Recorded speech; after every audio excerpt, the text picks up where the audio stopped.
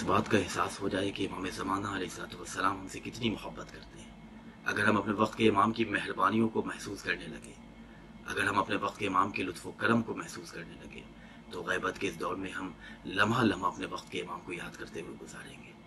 मार्फत इमाम ज़माना अलैहिस्सलाम नामी किताब में शेख अब्बास क़ुमी रहमा के हवाले से चंद जुमले लिखे हैं कि शेख अब्बास क़ुमी बयान करते हैं कि ग़ैबत के दौर में ज़िंदगी गुजारने वाले लोगों की चंद ज़िम्मेदारियाँ हैं, उनके चंद फ़राइज़ हैं, चंद रिस्पॉन्सिबिलिटीज़ हैं। उनमें एक रिस्पॉन्सिबिलिटी यह है कि ग़ैबत के दौर में ज़िंदगी गुजारने वाले अफराद, ज़िंदगी गुजारने वाले लोग इमाम ज़माना की याद में गमज़दा रहें। इमाम ज़माना अलैहिस्सलाम को याद करके उनकी आँखों में आंसू आ जाए।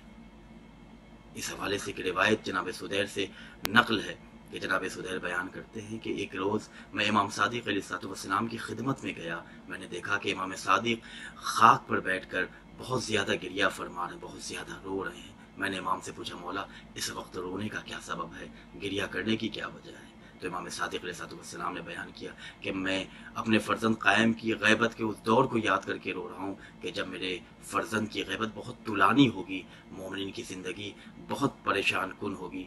वो